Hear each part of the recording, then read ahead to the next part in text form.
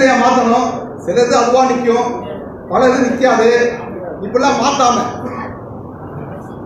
விட்டது எதாவது இருக்காங்களா? யாரு மாற்ற விட்டுருக்கீங்க? கோட்டலையா மாறிடுச்சு.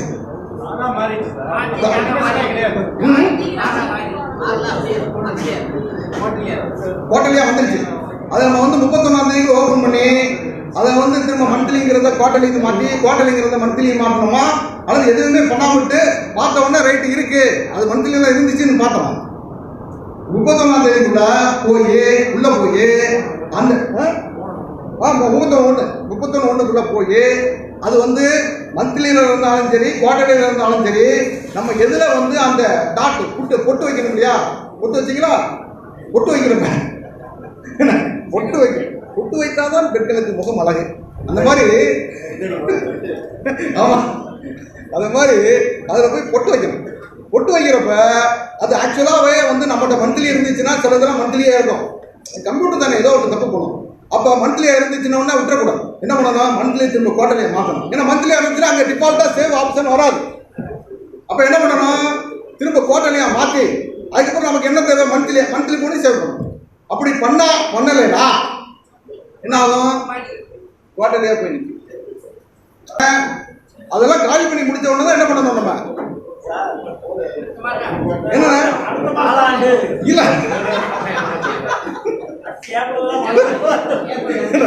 ஒரு குவார்டர் முடிஞ்ச பிறகுதான் நம்ம அடுத்த குவார்டர் தொடரும். இல்லைன்னு என்ன ஆகும்? இது இருக்கிறப்ப எப்படி தொட முடியும்? நம்ம தொட முடியாத சூழ்நிலையில குவார்டரை பத்தி பேசுறேன். ஏன்னா அப்ப ஒரு குவார்டர் முடிஞ்சவொடனே அடுத்த குவார்டர் நம்ம மாத்திக்கலாம். ஆனா என்ன பண்ணிருக்கணும்? படிச்சு மணி என்ன வந்து தலையால் அடிச்சார். என்ன பண்ணாரு? அவங்க தான் மாத்திடுவாங்க, நீங்க போய் தான் மாத்தணும்னு தலையால் அடிச்சார். ஆனா இதுல என்ன பிரச்சனைனா, போர்ட்டல்ல என்ன பிரச்சனைனா, மந்த்லியில இன்னைக்கு அது ஆட்டோமேட்டிக்கா வந்து நின்றுச்சு. சேவ் ஆப்ஷன் வரலன்னா நம்ம தான் மந்த்லி இருக்கணும்னு சொல்லிட்டு எல்லாரும் பாஸ் ஆன் பண்ணி போயிட்டாங்க. அப்படி பாஸ் ஆன் பண்ணி போகக்கூடாது அப்படின்னு சொல்லி நம்ம திரு இளங்கோ அவர்கள் நமக்கு அறிவுறுத்தினார். இளங்கோ எனக்கு மட்டும் அறிவுறுத்தினாரு, 10 பேருக்கு அறிவுறுத்தினாரு.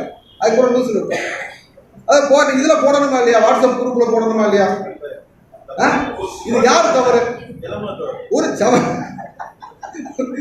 திண்டுக்கல் மாவட்ட செயலாளர் ஒருத்தருக்கு சொன்னதை இன்னொருத்தர் ஒரு கையில வெண்ணையும் ஒரு கையில சுண்ணாம்பு வைக்கலாமா?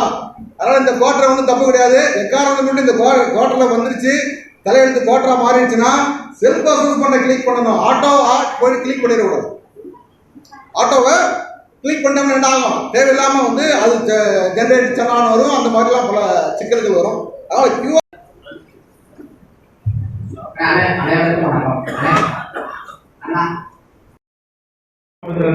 ₹100 கட்டிங்கன்னா அடுத்த குவார்டர்ல தான் அதை கழிக்க முடியும், ரெகுலருக்கு வராது. அதனால தேவையில்லாத பேமெண்ட்லாம் பண்ணாதீங்க. அதில் என்ன சொல்லும்? போன குவார்டர்ல நீங்க ₹100 ஐடிசி கழிச்சது போக கேஷ் லெஜர் மூலமா கழிச்சு கட்டியிருந்தீங்கன்னா அவங்களுக்கு வித்தியாசமா 100 3 வந்தாச்சுன்னா 35 வரும். ஜிஎஸ்டி நெட்வொர்க் மட்டும் அவங்க என்ன செய்வாங்க? 35% கட்டணும்னு ஜென்ரேட் ஆகும். நீங்க கெட்டவே இல்லை, 35% 0, அதனால ஜென்ரேட் ஆகும். நீங்க ₹100 கட்டிங்கன்னா அது கேஷ் லெஜர்ல டெபாசிட் ஆகியிருக்கும். ரெகுலர் ரிட்டர்ன்ல எல்லாம் கழிக்க முடியாது, அடுத்த குவார்டர்ல தான் கழிக்க முடியும்.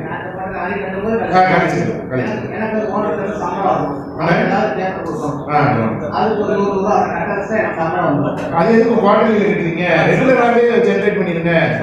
சலானை ஜென்ரேட் பண்ணி ₹100 கட்டிடுங்க. உள்ள போகாம சலானை ஜென்ரேட் பண்ணி கட்டி விட்டுருங்க. ஆமா படிங்க.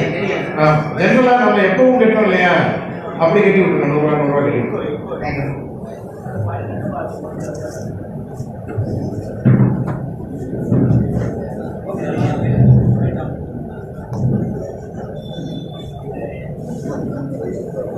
இது வந்து கலர் டிஸ்கிரிமினேஷன்ல வந்து லியோ பண்றது மிகப்பெரிய தப்பு. ஒருத்தர் வந்து அண்ணா லைட்டை போடுறது, ஒருத்தர் வந்து லைட் ஆஃப் பண்றதுன்னா இது வந்து கலர் டிஸ்கிரிமினேஷன். இந்த கலர் டிஸ்கிரிமினேஷன் பெரிய தப்பப்பா. அதனால லியோனுடைய செயல்பாடை வந்து ஆனா அந்த கலர் டிஸ்கிரிமினேஷன்ல அவர் மேல ஆக்ஷன் இருக்கு. கலர் அப்படி இப்போ கியூஆர் இந்தியா பொறுத்தவரை இதான் நிலைமை. எப்பவுமே மீட்டிங்ல வந்து ஒரு மீட்டிங் அட்டன் பண்ணாலும் என்ன ஆகும்? கதை கந்தலாய். ஆமா, ஒரு மீட்டிங்கை நீங்க வந்து ஏதோ ஒரு ஸ்கிப் பண்ணீங்கன்னா அன்னைக்கு கிடைக்கக்கூடிய தகவல் மீட்டிங்ல வந்து நாங்க மட்டும் சொல்றதெல்லாம் மேட்டர் கிடையாது. இங்க வந்து மெம்பர்ஸ் எல்லாமே பார்ட்டிசிபென்ட்ஸ் வந்து எல்லாமே பாத்தீங்கன்னா பார்ட்டிசிபென்ட்ஸும் பயங்கரமான நாலேஜான ஆளுங்க. சும்மா நாங்க மேடையில் நிக்கிறோமே ஒழிய மேடையில நிக்கிறத விட எதிராளிகள் இருக்கிற ஆளுதான் என்னத்தான் பயங்கரமான நாலேஜான ஆளு. இல்லைன்னா நாங்க என்னத்தை படிச்சு என்னத்தை வந்து சொல்றது. அப்ப இங்க எல்லாமே வந்து கற்றறிந்த சபையில வந்து கிளாஸ் எடுக்கிறப்ப என்ன ஆகும், ரொம்ப கவனமா இருக்கணும். அப்படிங்கிறப்ப உங்கள்கிட்ட இருந்து வரக்கூடிய ஃபீட்பேக் வந்து ரொம்ப அளவுக்கு அதிகமா இருக்கிறதுனால நாங்க சொல்லி கொடுக்கறத கத்துக்கிறத விட நீங்க எங்களுக்குள்ள டிஸ்கஸ் பண்றது, சாப்பிட்றப்ப டிஸ்கஸ் பண்றது, ஒருத்தர் கேள்வி கேட்கிறப்ப அந்த கேள்வி மூலமாக கிடைக்கக்கூடிய பதில் வந்து எல்லாத்துக்கும் உதவுவது அந்த மீட்டிங்குடைய பெரிய ப்ளஸ் பாயிண்ட். அது வேற எந்த மீட்டிங்லயும் இல்லாத ஒரு சமாச்சாரம் நம்ம மீட்டிங்ல இருக்கும். அதனாலதான் வந்து ஒரு மீட்டிங்கை கட் பண்ணா கூட என்ன ஆகும், அது மட்டும் ஒரு மீட்டிங்ல போய் ஒரு போன் வந்துச்சுன்னு வெளியில போய் போனீங்கன்னா என்ன ஆகும், அந்த இடத்துல நம்ம கட்டாயம் படிச்சு ஒவ்வொரு யூடியூப்ல இருந்து அவ்வளோ கரெக்டா சொல்றாரு. அப்பா அவங்களா வந்து குவார்டர்லி ரிட்டர்ன் மாற்றி வச்சிருப்பாங்க. அது சிலருக்கு மாறாம இருக்கலாம், மேபி அது வந்து அந்த சூழ்நிலைக்கு தகுந்தாப்புல. கம்ப்யூட்டர் தப்பு பண்ணவே பண்ணாது. கம்ப்யூட்டர் எப்ப தப்பு பண்ணோம், நம்ம ஃபீட் பண்றது தப்பா இருந்தா தப்பு தானே பண்ணோம். நம்ம கோடிங் என்ன கொடுத்தாலும் அது மாதிரி வந்து நிற்கும். அப்ப குவார்டர்லியா மாத்தல, அது உண்மையிலே வந்து மந்த்லியில வந்து நின்றுச்சு. 5 கோடிக்கு மேல 1.5 கோடி டு 5 கோடி 1.5 கோடி கீழே இப்படிலாம் பல இது பிரிக்கிறப்ப கோடிங்ல என்ன தப்பு நடந்தாலும் சிரமம் வரும். அப்ப என்ன பண்ணணும், சேவ் ஆப்ஷன் வரலனாலும் பரவாயில்ல, என்ன பண்ணணும், மரியாதையா வந்து பொட்டை மாத்தி வச்சு அதை கரெக்ட் பண்ணணும்.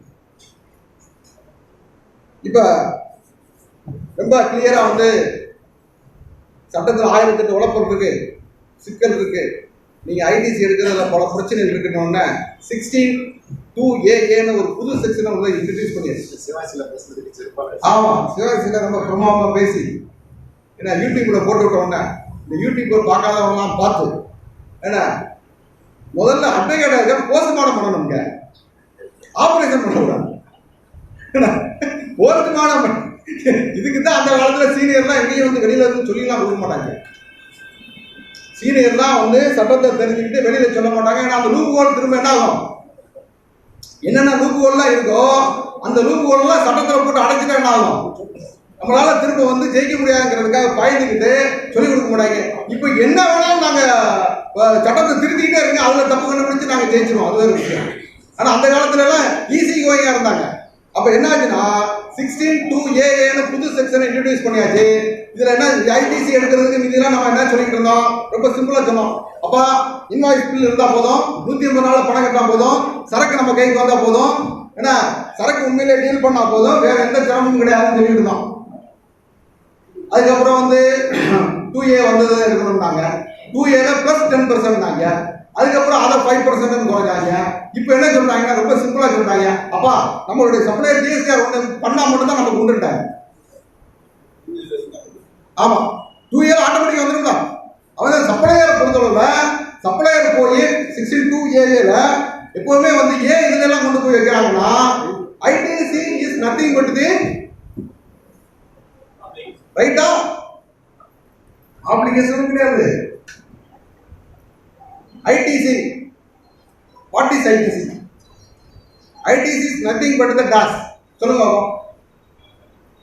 பானுமதி அம்மா, உச்ச நீதிமன்ற தலைமை நீதிபதி, தற்போதைய உச்ச நீதிமன்ற தலைமை நீதிபதி ரொம்ப கிளியராகவே வந்து ஐடிசிக்கு ஒரு கமாண்ட் சூப்பராக கொடுத்துருந்தாங்க. ஜட்ஜ்மெண்ட் என்ன judgement, ITC is not a fundamental right, it is a right given by the statute, it is right given by the law.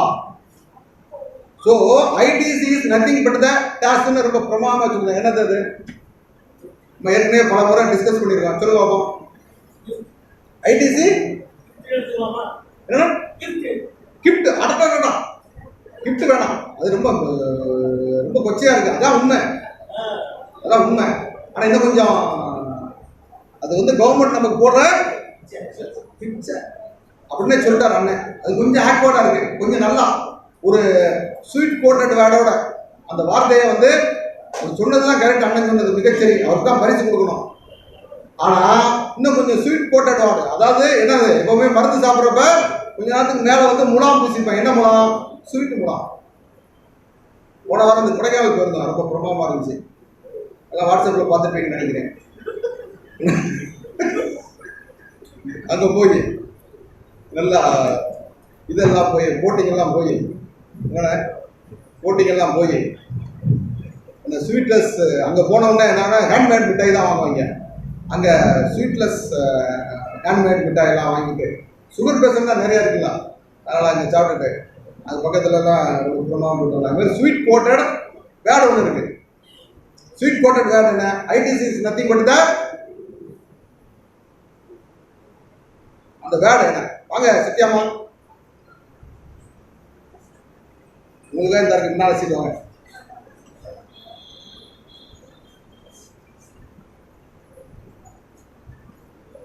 வீடு வந்து தொண்டி பக்கத்தில் இருக்கு, தேவகோட்டையில்.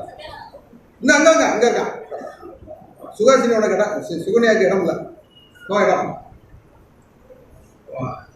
ஒரு தடவை மீட்டிங் போயிருந்தோம் தேவகோட்டைக்கு. மீட்டிங் போனோன்னா ஹோட்டல்லாம் சாப்பிடாங்க சார், நம்ம வீட்டில் சாப்பிடலாம்னு சொல்லி அந்த பொண்ணு நம்ம ஆஃபீஸ் பேரஸ் எல்லாம் கூப்பிட்டு போய் இந்த தொண்டியில் வந்து அப்படியே ஃப்ரெஷ்ஷாக மீனை எடுத்து வந்து கண்ணு முன்னால் ரெடி பண்ணி கொடுத்ததெல்லாம் அந்த மீனெல்லாம் ஆமாம், அந்த மீனெல்லாம் ஆமாம் எப்படி சாப்பிட்டதை பார்த்தேன். அது மட்டும் இல்லாமல் எப்போவுமே நான் வெஜிடேரியன் செய்கிற வீடுகளில் வந்து வெஜிடேரியன் நல்லா இருக்காது. என்ன கேட்டோம்னா அதுக்கு ஒரு பெரிய ப்ரிஃபரன்ஸ் கொடுக்க மாட்டாங்க. இப்போ நான்வெஜ் வீட்டில் வெஜிடேரியன் சாப்பிட்டா ரசத்தை மட்டும் வச்சுட்டு விட்டுருவாங்க. ரசத்தையும் நான் வெஜிடேரியன் வீட்டில் நாங்களாம் போய் சாப்பிட முடியாது, ஏன்னா அதில் போய் எலும்பு போட்டுருப்பாங்க. ஏன்னா அந்த வேலையெல்லாம் இல்லாமல் நான்வெஜ் வீட்லேயும் வெஜிடேரியனே ரொம்ப பிரமாதமாக செஞ்சது நம்ம சத்யாமா மட்டும்தான். அப்படி ஒரு சுவை. இப்போ வந்து அடுத்த காரைக்குடி மீட்டிங் போகிற அம்மா இதெல்லாம் பார்த்து தயார் வச்சு நல்ல சாப்பாடு சாப்பிடலாம். ஏன்னா ITC is nothing but ITC is nothing but the concession. இது gift தான். giftக்கு பதிலாக வந்து என்ன சொல்றாங்க? கன்செஷன் சொல்லிட்டாங்க. அப்ப கன்செஷன் சொன்னா கருணை அடிப்படையில் வேலை வாங்குறப்ப என்ன ஆகும்? சொல்ற கண்டிஷனை தான் ஒத்துக்கணும். அப்ப ITC is nothing but the concession சொன்ன பிறகு அதுக்கப்புறம் வேலையே கிடையாது. அப்ப நம்ம என்ன பண்ணணும் அப்படிங்கிற GSTR 1ல சப்ளையர் ஏற்றா மட்டும்தான் என்ன பண்றது? நம்ம வந்து ஐடிசி எடுக்க முடியும்னு சொல்லி சட்டத்தெல்லாம் மாற்றியாச்சு. ஸோ இன்னும் வரக்கூடிய காலங்கள் மிக சிறப்பாக இருக்கும். அதனால் 2Aலேயே 2Bல வந்த பிறகு தான் நம்ம வந்து அதை எடுக்க வேண்டிய சூழ்நிலையை வந்து நினைக்கிறேன். ஏப்பா சேர் பத்தலையோ? இங்கே வாங்க, ஒரு சேர் இருக்கு, வாங்க இங்கே 2 சேர் எடுத்துக்கலாம். அப்போ GSTR 1ல நம்ம சப்ளையர் ஏற்றினா மட்டும்தான் ஐடிசியை எடுத்துக்க முடியும். அது மட்டும் இல்லை 3 வருஷம் 4 வருஷம் ஆச்சு, இதுக்கு மேலே என்னென்ன தாங்க கவர்மெண்ட் வந்து உங்களுக்கு கருணையை காட்டிக்கிட்டே இருக்கிறது. ஐடிசியை கன்செஷன் சொன்ன பிறகு எத்தனை தான் கருணையை காட்டுறது? அதனால வந்து அவசியம் வந்து 150 நாளைக்குள்ள பணம் கட்டணும், அதெல்லாம் வச்சிடணும். அது போக வந்து GSTR 1ல அவங்க ஏற்றிருக்கணும், அதில் எந்த விதமான சந்தேகமும் இல்லை. LUT ரெனிவல் ரொம்ப முக்கியம், அதை மறந்துடுங்க நிறைய பேர் இந்த டயத்தில் வந்து. அதுவும் இந்த வாட்ஸ்அப் குரூப் ரொம்ப ப்ளஸ் பாயிண்ட். வாட்ஸ்அப் குரூப்பில் வந்து கூடிய சீக்கிரம் தலைவர் போகிற போக்க பார்த்தா ஆக்டிவ் இல்லாததெல்லாம் கல்விட போகிறாரு. அதுக்கு ஒரு ஃபார்ம் கூட கொடுத்துடலான்னு நினைக்கிறேன் தலைவரே. என்ன லியோ இருக்காங்களா? ஆமா என்ன லியோ வந்து அடுத்த தடவை ஏதாவது ஒரு கூட்டத்தில் ஏன்னா ஒரு வாட்ஸ்அப்புக்கு தனி ஃபார்ம் கொடுத்து ஏன்னா ஆக்டிவாக இருக்க ஆளுகளை மட்டும் வச்சுட்டாங்க. ஏன்னா பயங்கரமான பெனிஃபிட் வாட்ஸ்அப்பில். பல பிரச்சனைகள் வந்து மெம்பர் ஒவ்வொருத்தரும் நமக்கு ஃபோன் பண்ணி சொல்கிறப்ப சார் கேட்ட கேள்விக்கு டக்குன்னு பதில் வந்துது சார். ஏன்னா இதுக்கு கன்சல்டேஷன் ஃபீஸ் 10,000 20,000 கொடுத்தாலும் அப்பாயின்மெண்ட் கிடைக்குமா? ஏன்னா நம்ம ஆளுங்க வந்து எல்லாமே சீனியராக இருக்கிறதுனால, எல்லாமே 20 வருஷம் 30 வருஷம் வந்து இந்த தொழிலில் குப்பை கொட்டதுனால எந்த கேள்வி கேட்டாலும் வாட்ஸ்அப்பில் உடனே பதில் வந்துடும். ஏன்னா அந்த பதிலை யாராவது தப்பாக போட்டாங்க திருத்துறதுக்கு கொள்ளவே இருக்காங்க. அதெல்லாம் நைட்டு 12 மணி 1 மணிக்கு கூட வாட்ஸ்அப்பில் ஏதாவது ஒரு போட்டோம்னா அடுத்த நிமிஷம் வருதுங்க 1:30 மணிக்கு. நானும் அன்னைக்கு 1:30 மணிக்கு பார்த்துட்டு இருக்கேன், அது பாட்டு ஆக்டிவாக ஓடிக்கிட்டு இருக்கு. இந்த மக்கள் தூங்குதா தூங்கலையானு தெரியல.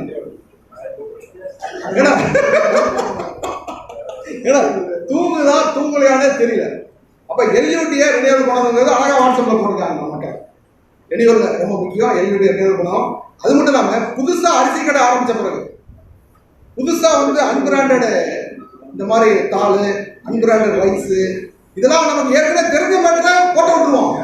அப்ப என்ன பண்ணணும்? அதுக்கெல்லாம் வந்து அவசியம் அப்டேட் கொடுக்கணும். அப்டேட் கொடுத்தா மட்டும் போதுமா? அப்டேட் கொடுத்தா போதுமா? Exempted claim of exemption claim பண்றதுக்கு அன்பிராண்டடு பேக்கடு ஐட்டம், இந்த மாதிரி அன்பிராண்டட் தாள், ரைஸு, இந்த மாதிரி ஐட்டங்கள்லாம் வந்து வெறும் வந்து அப்டேட் மட்டும் யார் கொடுக்கணும்? சென்ட்ரலாக இருந்தால் யார் கொடுக்கணும்? யார் கொடுத்துருக்கோம்? புதுசாக அரிசி கடை ஆரம்பிக்கிறாங்க, புதுசாக தாள் வந்து ஆரம்பிக்கிறாங்கன்னா யார் கொடுக்கணும்? அப்டேட் எல்லாம் மறந்துட்டோம் நம்ம இல்லையா? அப்டேட் யார் கொடுக்கணும்? சென்ட்ரல் எக்ஸைஸை பொறுத்தவரை கமிஷனர் கொடுக்கணும். சேல்ஸ் டாக்ஸை பொறுத்தவரை அதுவும் கமிஷனர் தான் கொடுக்கணும். நம்ம என்ன பண்ணுவோம்? கமிஷனருக்குலாம் கொடுக்காம விட்டுட்டு ஏதோ பழைய டேட்டில் வாங்கி வச்சிருக்கோம். இனிமேல் வரக்கூடிய காலங்கள்லையாவது புதுசாக நம்ம ஆரம்பிக்கிறப்ப, புது அரிசி எடுக்கிறப்ப அவசியம் அப்டேட்டு வாங்கி கரெக்டாக வந்து ரெஜிஸ்டர் போஸ்ட் அனுப்பி, அது கமிஷனர்லாம் வெப்சைட்டில் எழுதி வச்சிருக்காங்க. நம்ம கமிஷனர் அதெல்லாம் பார்த்தீங்களா? எடுத்து சிடிடி போர்ட்டலில் இருக்கு பார்த்தீங்களா? யாரெல்லாம் வந்து அப்டேட் கொடுத்துருக்கோமோ அதெல்லாம் வந்து அதுலேயே அழகா இந்த மாதிரி வந்து எக்ஸம்ஷன் கிளைம் பண்ணக்கூடிய அப்டேட் ஃபைல்டு டீலர்ஸ் அப்படின்னே போட்டிருக்காங்க. அது யார் பார்த்தது? அப்டேட் ஃபைல்டு டீலர்ஸ் அப்படின்னு போட்டு நம்ம போர்ட்டலில் இருக்க யார் பார்த்தீங்களா? இதெல்லாம் எனக்கு தேவையே இல்லை. வந்தோமா, ஜிஎஸ்டிஆர் ஒன்று ஓப்பன் பண்ணோமா, அதை முடிச்சோமா, அடுத்து ஜிஎஸ்டிஆர் திருப்பியே 20ஆம் தேதி போட்டும் போடாமலும் ஏன்னா எல்லாம் முடிஞ்சு எத்தனையோ ஆப்ஷன் யூசர் ஐடியில் எத்தனையோ ஆப்ஷன் வருது யூசர் சர்வீஸில், அதெல்லாம் நம்ம பார்த்தோமா? எதையுமே பார்க்காம இருந்தோம்னா என்ன ஆகும்? நம்ம நிலைமை கவலைக்கிடமா ஆகிடும். இதை யார் பார்த்தா? அப்டேட் வந்து file by the dealer CCT. வாங்க பொருளாளர் கொஞ்ச நேரம் வந்து மேலே உட்காருங்க. தலைவர்கிட்ட ஏதோ ஒரு கேள்வி கேட்டேன். தலைவரை, வாட்ஸ்அப்புக்கு ஏதாவது ஒரு ஃபார்ம் கொடுத்தீங்கன்னா அதை ஆக்டிவ் ஆக்கி விடலாம். வாட்ஸ்அப்புக்கு ஏதாவது ஒரு ஃபார்ம் கொடுத்தீங்கன்னா ஆக்டிவா அட்டன் பண்றவங்களுக்கு கூட அது அந்த சேவையை கொடுக்கும். ஆக்டிவா அட்டன் பண்ணாத அளவுக்கு அந்த சேவையை கட் பண்ணிடுவோம். ஆமா, அதாவது அதுக்கு ஒரு ஃபார்ம் கொடுத்து அதை பண்ணிடுங்க. அதை வந்து ரெகுலேட் பண்ணுங்க.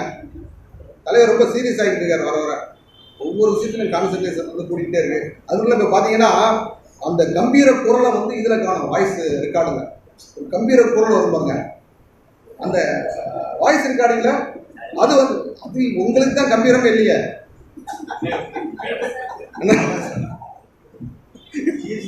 உங்களுக்கு தான் கம்பீரமே கிடையாதுங்க. உங்களுடைய நாலேஜுக்கு தான் மரியாதை. என்ன கம்பீரம்னா நம்ம அண்ணன் லியோ தான். அதான் அவர் இப்போ என்ன பண்ணிட்டாருன்னா, பையனுக்கு கல்யாணம் பண்ணி முடிச்சோன்னா எல்லா வேலையும் பொண்ணுக்கு ஏற்கனவே கல்யாணம் பண்ணிட்டாரு. அந்த கல்யாணத்தை பற்றி சொல்லணும்னா இன்னும் ஒரு நாள் மீட்டிங் பத்தாது. அதெல்லாம் அதை விடுங்க. அடுத்து பையனுக்கு கல்யாணம் வச்சிருந்தா ரொம்ப பிரமாதம். ஆமாம், அடுத்து அன்னைக்கு ஒரு கல்யாணம், ஷாஜகான் பையன் வீட்டு கல்யாணம் போனோம். முதல் நாள் நிச்சயதார்த்தம் பார்த்துங்க. அந்த பையனை முன்னால் உட்கார வச்சு சந்தனத்தை தடவை சொல்கிறாங்க. நம்ம பையனை இதில் தடவது போல இதில் தடவி விடுறாங்க, இதில் நெத்தியில் போய் தடவி விடுறாங்க. அவர் பார்த்து பொறுத்து பார்ப்பாரு, எல்லாம் பண்ணிட்டாரு. அது போக மாதுளம்பழத்தை வச்சு அவனுக்கு கொடுத்து அவனுக்கு இன்னொரு 10 வருஷத்துக்கு இது வராதுங்க, அல்சரே வராது. என்ன மாதுளம்பழத்தை போட்டு வராதுலாம் கொடுக்குறாங்க. கொடுத்தோட என்ன ஆகும்? 10 வருஷத்துக்கு வருமா? வராது. அப்படி ஒரு நிச்சயார்த்தம். ஒவ்வொரு சடங்கும் ஒரு வித்தியாசமான ஒரு சடங்கு, ரொம்ப அருமையான ஒரு சடங்கு அது. ஏன்னா அதையும் நம்ம பார்த்தோம். இப்போ வந்து அந்த கேள்விக்கு என்னாச்சு பதில்? அப்படியே ஏதாவது நான் டாபிக் மாறி அப்படியே அங்கிட்டு போனோம்னா திரும்ப வரமாட்டேன் கிடைக்கக்கூடாது. ஏன்னா கின்ஸ் வச்சிருக்கலாம். அப்படியே என்னாச்சு? அப்படியே யார் பார்த்தா? போய் நம்ம திரும்ப பார்க்கணுன்றோம். சிடிடி போர்ட்டல் ஓப்பன் பண்ணி பார்த்தீங்களா? சிடிடி போர்ட்டல் இருக்கும். சிடிடி போர்ட்டல்ல இந்த மாதிரி அரிசி கடை கணக்கு எழுதினாலே, தாள் பருப்பு கடை கணக்கு எழுதினாலே இவங்களுக்குலாம் என்ன ஆகும்? இவங்கெல்லாம் அப்டேட் கொடுத்துருந்தா, இப்போ ஏற்கனவே கொடுக்கலன்னு வச்சுங்க, பழைய ரேட்டில் ஏதாவது கொடுக்குறதுக்கு ட்ரை பண்ணணும். இல்லைனாலும் பரவாயில்ல, மரியாதையாக வந்து வரதை ஃபேஸ் பண்ணணும். இந்த ஃபேஸ் பண்ணுறதுக்கு காரணம்லாம் தயவுசெய்து முதலாளி குற்றம் சாட்டினாங்க. எல்லாமே நம்ம தப்பு, எல்லாமே. ஏன்னா மீட்டிங், ஒவ்வொரு மீட்டிங்கும் நம்ம அப்டேட் கொடுக்கணும்னு சொல்லியிருக்கோம். கொடுக்காமல சொல்லாமல இல்லை, அது மட்டும் கொடுத்தா போதுமா? அதான் ஒரு ஆளுக்கு இங்கே வந்து சென்ட்ரல் எக்ஸைஸ்லேருந்து நோட்டீஸ் எல்லாம் வந்தாச்சு. ஒரு அரிசி கடைக்காரருக்கு அவரே வந்து நெஞ்சை பிடிக்கிற மாதிரி நோட்டீஸ் வந்துருக்கு. சரி, அது போதுமா? அப்படின்னா அந்த இதில் வந்து பேக்கில் என்ன பண்ணணும்?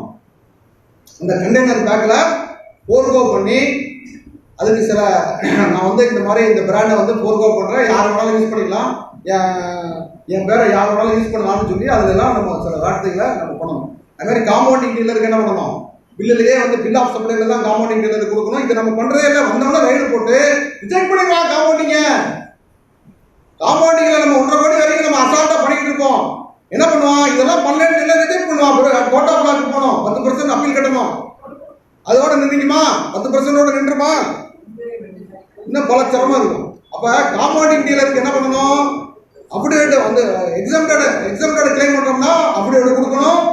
அடுத்து வந்து பேக்ல வந்து ஓர்கோ பண்ணி லெட்டர்ஸ் இருக்கணும். அது போக வந்து காம்பவுண்டிங் வந்து பில் ஆஃப் சப்ளைல போடணும். கீழே வந்து compounding dealer not eligible for collection of டாக்ஸ்ங்கிற வார்த்தையை அடிக்கணும். அது போக சைன் போர்ட்ல காம்பவுண்டிங் டீலரே போடணும். இப்போ புதுசா ஆர்ஜி எடுக்கிறப்ப புதுசா ஒரு வியாக்கியானம் ஒரு ரிஜெக்ட் பண்றது ஒரு காரணம் சொல்றாங்க. You have not uploaded the sign board in the place of business கூட ரிஜெக்ட் பண்றாங்க. அவன் என்ன அர்த்தம், ஓடு வைக்கணுங்கிறது கட்டாயம். அதில் ஒன்றும் சந்தேகம் கிடையாது. அதெல்லாம் ஜிஎஸ்டி நம்பர் வந்தோம்னா வைப்போம். இப்போ என்ன சொல்றாங்கன்னா ஓடு வச்சு அந்த பிசினஸ் பிளேஸ் ஆஃப் பிசினஸ்ல வந்து ஒரு போட்டோ எடுத்து அதை அப்லோட் பண்ணணுன்றாங்க. எங்கடா இடம் இருக்கு, இடம் இல்லையா, போட்டோட இடம் ரிஜெக்டட். அப்போ ஒவ்வொரு நாளும் ஒவ்வொரு நேரமும் நம்ம வந்து காம்பவுண்டிங்ல சரி, காம்பவுண்டிங்ல வந்து 1% வந்து ட்ரேடருக்கு, 2% வந்து மேனுஃபேக்சருக்கு, 5% வந்து ஹோட்டல், ரெஸ்டாரண்ட், ஸ்வீட் ஸ்டால், இந்த மாதிரி. அது போக என்ன இருக்கு காம்பவுண்டிங்ல என்னென்ன ரேட் ஆஃப் டாக்ஸ், 1 2 இப்போ எடுத்துட்டாங்க, ஒன்னாச்சு. மேனுஃபேக்சருக்கு 1. இங்க கவனம் வரீங்க, எனக்கு தெரியும். ஆமா, பயப்படாது, கடைசி முடிவு ஒரு வரைக்கும் பயப்படக்கூடாது. ஆமா, 1 2 கிடையாது. அடுத்து என்ன இருக்கு, 5 வந்து இவர் யாருக்கு, ஹோட்டலுக்கு. அது போக வேற ஏதாவது காம்பவுண்டிங் இருக்கா, 6 யாருக்கு, சர்வீஸ் ப்ரொவைடருக்கு. அதுக்கு எத்தனை லட்சம் லிமிட், 50 லாக். இது போக வந்து இந்த ஆப்ஷன் இருக்கு, ரியல் எஸ்டேட் ப்ரொமோட்டருக்கு ஒரு பெரிய ஆப்ஷன் இருக்கு. அது பாஸ்கரன் மாதிரி மிக திறந்த அறிவாளிகள் மட்டும் தான் எடுக்க முடியும். ரியல் எஸ்டேட்டுக்கு 1008 கண்டிஷன் இருக்கு. எப்படி டீம்டு எக்ஸ்போர்ட்டுக்கு 1008 கண்டிஷன் இருக்கு, டீம்டு எக்ஸ்போர்ட் ஏதாவது பண்ணிட முடியுமா, அது 1008 கண்டிஷன் இருக்கு. ரியல் எஸ்டேட் ப்ரொமோட்டருக்கு 1008 கண்டிஷன். அஃபோர்டபுள் பிரைஸ் தான், நான் அஃபோர்டபுள், கார்பரேட் ஏரியா, இன்னமும் டெபினிஷன் கொடுப்பாங்க. அதெல்லாம் வந்து நம்ம அறிவாளி எடுக்கிற சமாச்சாரம் எடுப்பாங்க. அப்ப எல்யூடியை கரெக்டாக கொடுத்துடணும். எல்யூடி இப்போ ரினியூவல் பண்ணிடணும், டைம் இருக்கு. அதே மாதிரி compounding to normal to compounding போற அளவுக்கு என்ன பண்ணணும், ஜிஎஸ்டிஆர் 10 யாருமே ஆர்சியை கேன்சல் பண்ண போறதே கிடையாது. ஜிஎஸ்டிஆர் 10 போட்டாதான் அது கேன்சல் ஆகும், கரெக்ட் ஆகும். இல்லைன்னா வாங்க செந்தில் இடம் இல்லையா, உங்களுக்கு தான் மேடையே ஒதுக்கிருக்கேன், எவ்வளவு பெரிய ஆளு செந்தில், ஏன் அப்படி நிற்கிறீங்க, வாங்க. ரொம்ப நேரம் நின்னோம்னா சரியா வராது.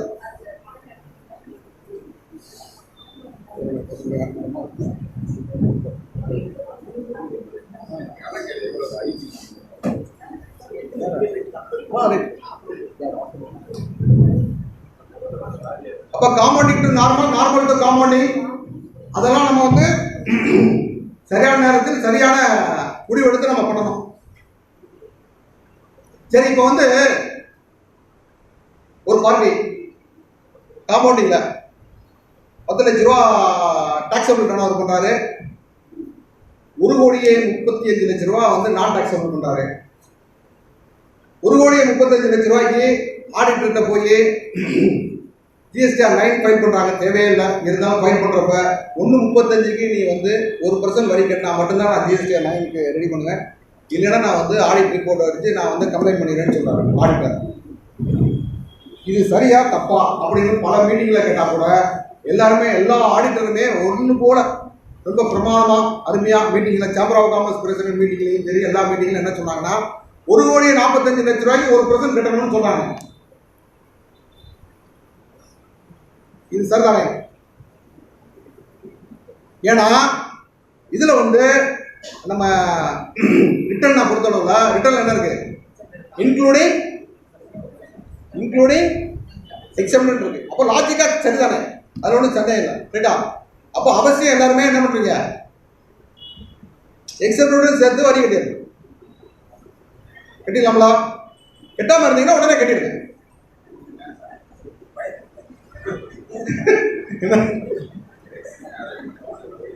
எதுனா ஆமா வாய்ஸை கட்டிடலாமா? மீட்டிங்ல யாராவது போய் கேட்டீங்களா இந்த மாதிரி எக்ஸாம்டேடுக்கு வந்து 1% கட்டணுமா வேணாமா? கட்டணும் அப்படின்னு சொன்ன மீட்டிங் யாரெல்லாம் கேட்டீங்க? யாரும் கேட்கலையா? எங்க மீட்டிங் மட்டும் கேட்காதீங்கம்மா, வெளியிலையும் போய் கேட்கணும். கேட்டீங்களா? என்ன சொன்னாங்க? திண்டுக்கல் சேம்பர் ஆஃப் காமர்ஸ் மீட்டிங்ல 2 ஆடிட்டர் கம்பல்சரியா கட்டி தான் ஆகணும்னு சொல்லி அவ்வளவு தெரியும். நைட்டுக்குள்ள தூங்கவே இல்லை. சொல்லவே நம்ம கட்டணமா வேணாமா? சாப்ட்வேர்ல இருக்கக்கூடிய ஒரு வார்த்தையை வைத்துக் கொண்டு சட்டத்தை பிக்ஸ் பண்ணலாமா? சாப்ட்வேர்ல இருக்கக்கூடிய ஒரு வார்த்தையை வைத்துக் கொண்டு செக்ஷனையே வந்து உங்களுக்கு இன்டர்பிரட் பண்ணிக்கிறீங்களா? நோட்டிபிகேஷன் ரொம்ப கிளியரா வந்தாச்சு. டாக்ஸபிள் டர்ன் ஓவருக்கு 1% கட்டணும்னு வந்துருச்சு. அந்த நோட்டிபிகேஷன் நம்ம கையில இருக்கா இல்லையா? ஆமா. இப்பெல்லாம் இருந்தா கூட அது வேறப்பா, இது காம்ப்ளிகேஷன் இருக்குப்பா. அதனால நீங்க வந்து எல்லாத்துக்கும் 1.35க்கு என்ன ஆகும்? ஒரு 1,35,000 ரூபாய் கட்டினா என்னத்துக்காக? அந்த அந்த அந்த பிசினஸ்ல அவ்வளவு லாபம் சம்பாதிச்சிருப்பானே தெரியாது. ஏன்னா இது என்னன்னா அவங்க அந்த அந்த வார்த்தை இருக்கிறதுனால ஒரு காம்ப்ளிகேஷன் இருக்கு. உறுதியா ஆபீசர் அப்படி கொண்டுருவாங்கன்னு நினைக்கிறாங்க. கொண்டாலும் நம்ம ஃபேஸ் பண்ணி தான் ஆகணும். ஸோ நம்ம எக்ஸாம் ரேட்டு கட்ட வேண்டிய அவசியம் ஒரு துளி கூட கிடையாது. சரி, இவே பில் இப்போ நம்ம வேலை இல்லைல்ல, எல்லாமே டீலர் பார்த்துக்கிறாங்களா? நம்ம வேலை இல்லை, அதனால நமக்கு ஒன்றும் சிக்கல் இல்லை அப்படி நினைச்சிட முடியுமா?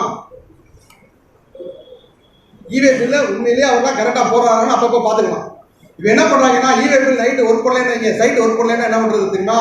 இவே பில் அப்போ போடுறது இல்லை, 4 நாள் கழிச்சு கூட போட்டு விடுறது. அப்படிலாம் போடலாமா? அதெல்லாம் போடக்கூடாது. இப்போ இவே பில்ல தவறோ அல்லது இன்வாய்ஸ்ல தவறோ, இவே பில்லுங்கிறது மூவ்மெண்ட் ரெக்கார்டு, ஒரிஜினல் டாக்குமெண்ட் எதுவுமே இல்லாமல் இவே பில் வேலிட் கிடையாது. அதே மாதிரி பார்ட் ஏ மட்டும் ஃபில்அப் பண்ணா இவே பில் வேலிட் கிடையாது. அப்போ என்ன பண்ணணும்? பார்ட் பிஏ ஃபில்அப் பண்ணணும், மிக சரியாக இன்வாய்ஸுக்கும் அதுக்கும் மேட்ச் ஆகணும். சரி, இப்போ இதுல ஏதாவது தவறு நடந்துச்சுன்னா இதுக்கு முன்னாலெல்லாம் சும்மாத்துக்கு ஒரு 10,000 கட்டு 25,000 கட்டுன்னு போய்கிட்டே இருப்பாங்க. அல்லது டாக்ஸ் 100% கட்டு 100% பெனால்ட்டி கட்டுன்னு போய்கிட்டே இருப்பாங்க. நீங்க ஒத்துக்கிட்டா அப்படி ஒரு கணக்கு, ஒத்துக்கலைன்னா ஒரு கணக்குலாம் இருக்கு. 129. இப்போ எல்லாத்தையும் திருத்தி விட்டு என்ன பண்ணா இந்த பேங்க் கேரண்டி கூட கொடுத்துக்கலாம். இப்போ அந்த வேலையெல்லாம் கிடையாது. தப்பு நடந்துச்சா 200% பெனால்ட்டியா கட்டிடு.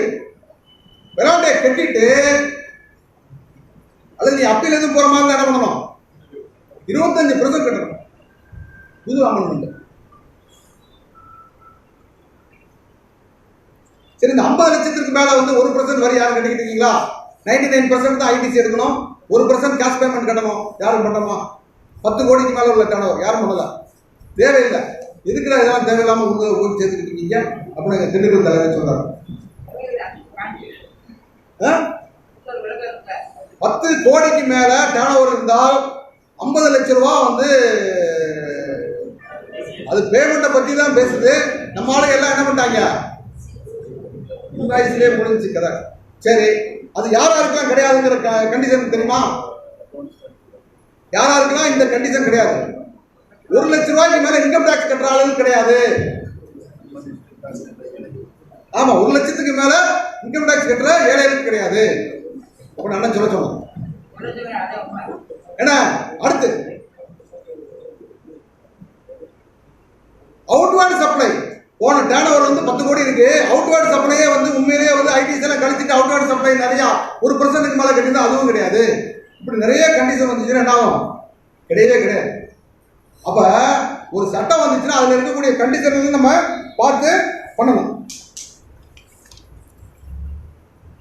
சரி, இப்போ வந்து 2-3 கேள்வி மட்டும் கேட்டுட்டு அண்ணன் கொடுத்துருவோம். டைம் ஆயிடுச்சு. அண்ணன் இன்கம் டேக்ஸ் வேற நம்ம லேட்டஸ்ட் அமெண்ட்மெண்ட்டை பற்றி பாஸ்கரன் பேச வேண்டியிருக்கு. இப்போ வந்து ஒரு சப்ளை 2 கேள்விக்கு வந்து பதில் வந்து கடைசியில் கொடுக்கலாம். ஒரு சப்ளையர் வந்து ராஜபாளையத்தில் இருக்காரு. நன்றி. அடுத்தபடியாக நம்ம சங்கத்தின் இணை செயலாளர், வளர்ந்தூர் தணிக்கையாளர், நமக்கெல்லாம் இப்பொழுது இன்கம் டேக்ஸின் வழிகாட்டியாக வந்து கொண்டிருக்கிற அன்புக்குரிய நண்பர் பாஸ்கர் அவர்களை அன்போடு ஐடி பற்றி பேசுவதற்கு அழைக்கிறேன். அனைவருக்கும் வணக்கம். இன்கம் டேக்ஸ்ல ஒரு முக்கியமான அமௌண்ட் ஒரு 25 அமௌண்ட் இருக்கு. ஆனா அது எதுவுமே நமக்கு தேவையில்லை. முக்கியமா வந்து கவனிக்க வேண்டியது போன வருஷத்துல இருந்து வந்த 2061 206(1) ஹெச்ல வந்த டிசிஎஸ் 10 கோடிக்கு மேல டர்ன் ஓவர் பண்றவங்க 50 லட்சத்துக்கு மேல யாரெல்லாம் விற்கிறாங்களோ அவங்களுக்கு 1% பிடிச்சு டிசிஎஸ் கட்டணும். இது புதுசா வந்து அமெண்ட்மெண்ட் போன வருஷம். ஆனா அந்த அமெண்ட்மெண்ட்டே இன்னும் கொஞ்சம் அனௌன்ஸ் பண்ணிருக்காங்க. இந்த 1/7/2021 இருந்து 50 லட்சம் பர்ச்சேஸ் பண்ணக்கூடிய டீலரு 1% டிடிஎஸ் பிடிச்சு கட்டணும்.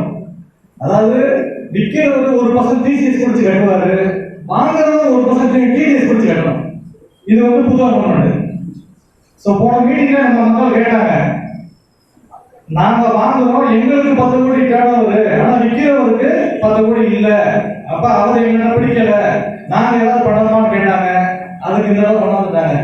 அதாவது பையரோட டர்ன் ஓவர் 10 கோடிக்கு மேல இருக்கணும், அவரு 50 லட்சம் ரூபாய்க்கு மேல யாரையாவது பர்ச்சேஸ் பண்ணா அவரும் 1% டிடிஎஸ் பிடிச்சு கட்டணும். இது 1/7/2021 இருந்து இந்த செக்ஷன் 194Q புதுசா டிடிஎஸ் இல்லைங்க. முதல்ல வந்து நமக்கு இருந்தது டிசிஎஸ் 1% பண்ணாங்க இல்லையா, புதுசா 10 கோடிக்கு மேல விற்பனை பண்றவரு 50 லட்சத்துக்கு மேல எந்த டீலர் தான் விற்கிறாரோ அவர் பில்லுலயே 1% போட்டு கலெக்ட் பண்ணி கட்டிடுவாரு. இது வந்து டிசிஎஸ் 206(1) இப்ப வாங்குறவர் வந்து 1% பில்லு கொடுத்துருவாரு, பேமெண்ட் கொடுத்துருவாரு. இனிமே இவர் பேமெண்ட் கொடுக்கும்போது 1% டிடிஎஸ் இவர் பிடிச்சிக்கணும். டிடிஎஸ் இது வந்து டிடிஎஸ். ஏன்னா அவர் வந்து வாங்குறாரு பணத்தை, வாங்கும் போது பிடிக்கிறது டிசிஎஸ், இவர் கொடுக்கும் போது பிடிக்கணும். இது வந்து டிடிஎஸ். ஒரே இடத்துல டிடிஎஸ் டிசிஎஸ் ரெண்டு இருக்கு. இப்ப இதுல என்ன சொல்றாங்கன்னா டிசிஎஸ் டிடிஎஸ் ரெண்டுமே ஒருத்தரே பிடிக்கிற மாதிரி இருந்தா டிடிஎஸ் ஓவர் ரைட் டிசிஎஸ் சொல்லியிருக்காங்க. 194Q மட்டும் பிடிச்சா போதும். அது கொஞ்சம் குழப்பம் இருக்கு. என்ன குழப்பம்னா ஒரே பார்ட்டிக்கு விற்கவும் செய்வாரு, ஒரே பார்ட்டிக்கு வாங்கவும் செய்வாரு. அந்த மாதிரி சிச்சுவேஷன் இருக்கும்போது ஒரே டிரான்சாக்சனுக்கு 1% பிடிக்கவும் செய்யணும், 1% வாங்கி கட்டணும். இப்படி வந்துச்சுன்னா 194Q மட்டும் போதும்னு சொல்லியிருக்காங்க. அதுக்கான நோட்டிபிகேஷன் தான் வரல. ஆனா இப்போதைக்கு பட்ஜெட்ல வந்த அமெண்ட்மெண்ட் படி பையர் 50 லட்சம் ரூபாய்க்கு மேல எந்த ட்ரேடர்ல வாங்குறாங்களோ அதுக்கு 1% பிடிச்சு கட்டணும் 194Q. இது வந்து 50 லட்சம் ரூபாய்க்கு மேல டர்ன் ஓவர் பண்ணக்கூடிய பர்ச்சேஸ் பண்ணக்கூடிய எல்லா டீலருக்கும் வந்து அப்ளிகபிள் ஆகுது.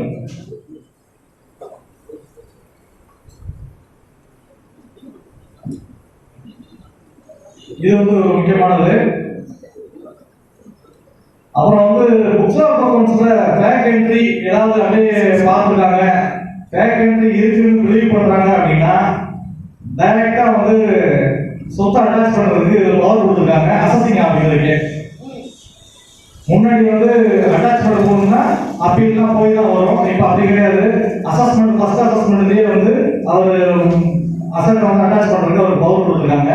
இன்னொரு முக்கியமானது பிஎஃப் பொறுத்த வரைக்கும் ஏற்கனவே இந்த செக்ஷன் எப்படின்னா பிஎஃப் பிடிச்சிட்டு ரிட்டர்ன் ஃபைல் பண்றதுக்கு முன்னாடி அதை கட்டிட்டோம் அப்படின்னா, அதாவது 139(1) return due date, normal due date சின்ன கேஸுக்கு ஜூலை, டாக்ஸ் ஆடிட் கேஸுக்கு வந்து செப்டம்பர், எக்ஸ்டெண்ட் பண்ண அக்டோபர் இப்படி இருந்துச்சு. இதுக்கு முன்னாடி கட்டிட்டா அந்த எக்ஸ்பென்சஸ் அலோடு சொல்லியிருந்தாங்க.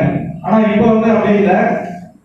எம்ப்ளாயர் கான்ட்ரிபியூஷன் கிடையாது, எம்ப்ளாயி கான்ட்ரிபியூஷன். எம்ப்ளாயினா அவங்களோட பிடிக்கிற பேமெண்ட், அந்த பேமெண்ட்டை கட்டாம வச்சிருந்தா அது வந்து இன்கமா கன்சிடர் பண்ணப்படும். எக்ஸ்பென்சஸ் ரிசர்வ் கிடையாது, அது அப்படியே இன்கம் ஆகி அதுக்கு டாக்ஸ் எடுத்துருக்காங்க. அது வந்து இப்போ வந்து புது அமெண்ட்மெண்ட்.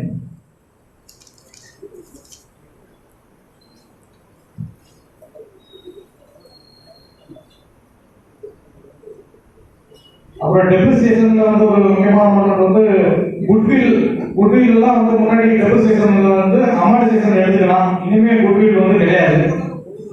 குட்வில் வந்து அமார்டைசேஷன் எடுக்க முடியாது, அதை அப்படியே வேல்யூவா தான் வச்சுக்கணும். அப்புறம் யூனிட்ல கட்டுற பேமெண்ட் 2 லட்சம் ரூபாய்க்கு மேல யாராவது கட்டுறாங்க, யூனிட் கட்டுறாங்க, இல்ல இன்சூரன்ஸ் கட்டுறாங்க அப்படின்னா அது வந்து இன்னும் 1% டிடிஎஸ்க்கு உட்பட்டது. ஸோ அந்த மாதிரி கட்டுறவங்களுக்கு.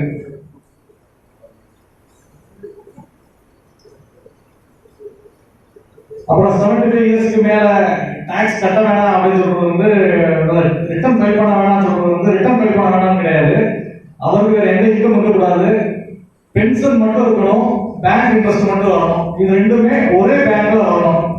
ஒரே பேங்க்ல பென்ஷன் வரணும், ஒரே பேங்க்ல இன்ட்ரெஸ்ட் வரணும். இவர் போய் பேங்க் மேனேஜர் டிக்ளரேஷன் எழுதி கொடுக்கணும். எனக்கு என்ன டாக்ஸ் வருதோ அதை நீங்களே பிடிச்சு கட்டிடுங்க அப்படின்னு எழுதி கொடுத்தாங்கன்னா அவர் பிடிச்சு கட்டிடுவாரு, ரிட்டர்ன் ஃபைல் பண்ணலாம். அதை தவிர எந்த பிசினஸ் பண்ணாலும் அவங்க பண்ணித்தான் ஆகணும். பென்ஷன் ஒரு அக்கௌண்ட்லையும் அவர் பேங்க் பிக்சர் டெபாசிட் வேற அக்கௌண்ட்லயும் போட்டுருந்தாங்கன்னா இது அப்ளிகபிள் ஆகாது. பிசினஸ் பண்ணா அப்ளிகபிள் ஆகாது. வேற விதமான வருமானம் வாடகை வீட்டு வாடகை வருமானம் வந்து அப்ளிகபிள் ஆகாது. அதனால இதெல்லாம் சும்மா ஒரு இதுதான் சொல்லியிருக்காங்க. மற்ற அமெண்ட்மெண்ட் எல்லாமே ரிட்டர்ன் ஃபைலிங் ஸ்லம்ஸ் தான் இருக்கு. நமக்கு வந்து அது தேவையானதில்லை. முக்கியமான அமெண்ட்மெண்ட் இது மட்டும்தான். சார் ரெடி பண்ணுங்க சார். இந்த சஸ்பென்ஷன் ஆஃப் ரெஜிஸ்ட்ரேஷன் சொல்லி ஒரு ஆப்ஜெக்ட் உருவாகிருக்கு, ஆல்ரெடி கொண்டு வந்துட்டாங்க. சஸ்பென்ஷன் ஆஃப் ரெஜிஸ்ட்ரேஷன் அப்படிங்கிறது அது என்னங்க? சஸ்பென்ஷன் ஆஃப் ரெஜிஸ்ட்ரேஷன் அது கண்டிப்பா எல்லாருக்குமே பிரச்சனைக்குரியதா இருக்கும். என்ன எவ்வளவுதான் வேலை பார்க்கறதுன்னு தெரியல. இப்ப சஸ்பென்ஷன் ஆஃப் ரெஜிஸ்ட்ரேஷன் ஒரு ஆப்ஜெக்ட் இருக்கு, அதுல சில மாற்றங்கள்லாம் கொண்டு வந்திருக்காங்க. இந்த சஸ்பென்ஷன் ஆஃப் ரெஜிஸ்ட்ரேஷன்னா என்ன அப்படின்னா, ஆர்சியை கேன்சல் பண்றதுக்கு முன்னாடி என்ன சொல்றாங்க? ஆர்சியை கேன்சல் பண்றதுக்கு முன்னாடி ஆபீசர் முதல்ல என்ன செஞ்சிருவாரு? நம்ம ரெஜிஸ்ட்ரேஷனை சஸ்பெண்ட் பண்ணிடுவாரு. ரெஜிஸ்ட்ரேஷனை சஸ்பெண்ட் பண்ணிட்டாங்கன்னு சொன்னா சட்டப்படி நம்ம டாக்ஸ் இன்வாய்ஸ் இஷ்யூ பண்ணக்கூடாது அப்படின்னு சொல்றோம். சரிங்களா? அப்ப இந்த சஸ்பென்ஷன் ஆஃப் ரெஜிஸ்ட்ரேஷன்ங்கிறது எப்பெல்லாம் வரும் அப்படிங்கிற சூழலை முதல்ல பார்க்கணும். நம்மளே ஆர்சி கேன்சலேஷன் அப்ளை பண்ணிருக்கோம். ஆர்சி கேன்சலேஷன் அப்ளை பண்ணிருக்கோம். அப்ப அவரு கேன்சல் பண்றதுக்கு கேட்டிருக்காரு. இது சரியா தப்பான்னு ஆபீசர் டிசைட் பண்றதுக்கு முன்னாடி இந்த சஸ்பென்ஷன் ஆஃப் ரெஜிஸ்ட்ரேஷனை இன்வோக் பண்ணிடுவாரு ஆபீசர். இதுல என்ன லாபம் இருந்துச்சு? முதல்ல சந்தோஷமா இருந்துச்சு நமக்கு இந்த ப்ரொவிஷன். நம்ம இன்னைக்கு ஆர்சியை கேன்சல் பண்ணி அப்ளிகேஷன் கொடுத்துருப்போம். 4 மாசம் கழிச்சு ரிஜெக்ட் பண்ணிடுவாங்க. மறுபடியும் ரிட்டர்ன் போடணும். ரிட்டர்ன் போட்டா லேட் ஃபீ வரும் இல்லையா? அவர் ஏற்கனவே ஆர்சியை சரண்டர் பண்ணுன்னு சொல்லி ஓனர் எங்க இருக்காருன்னு நம்மளுக்கே தெரியாது. அப்ப இந்த சஸ்பென்ஷன் ஆஃப் ரெஜிஸ்ட்ரேஷன் ஒரு ப்ரொவிஷன் வந்தவங்க என்ன நினைச்சோம்? நல்ல விஷயம் நினைச்சோம். நம்ம கேன்சலேஷன் அப்ளை பண்ண உடனே ஆர்சி ரெஜிஸ்ட்ரேஷன் சஸ்பெண்ட் ஆயிரும் இல்லையா? நல்ல விஷயம். நாளைக்கு ரிஜெக்ட் ஆனாலும் எந்த தேதியில ரிஜெக்ட் ஆயிருக்கோ அந்த தேதியில இருந்தா ரிட்டர்ன் போடணும். பழைய பீரியடுக்கு போட வேண்டிய அவசியம் இல்லை. இப்போ ஒரு நல்ல ஆப்ஜெக்ட் என்னது? சஸ்பென்ஷன் ஆஃப் ரெஜிஸ்ட்ரேஷன் வந்துருச்சுன்னா அந்த பீரியடுக்கு ரிட்டர்ன் போட வேண்டிய அவசியம் இல்லை.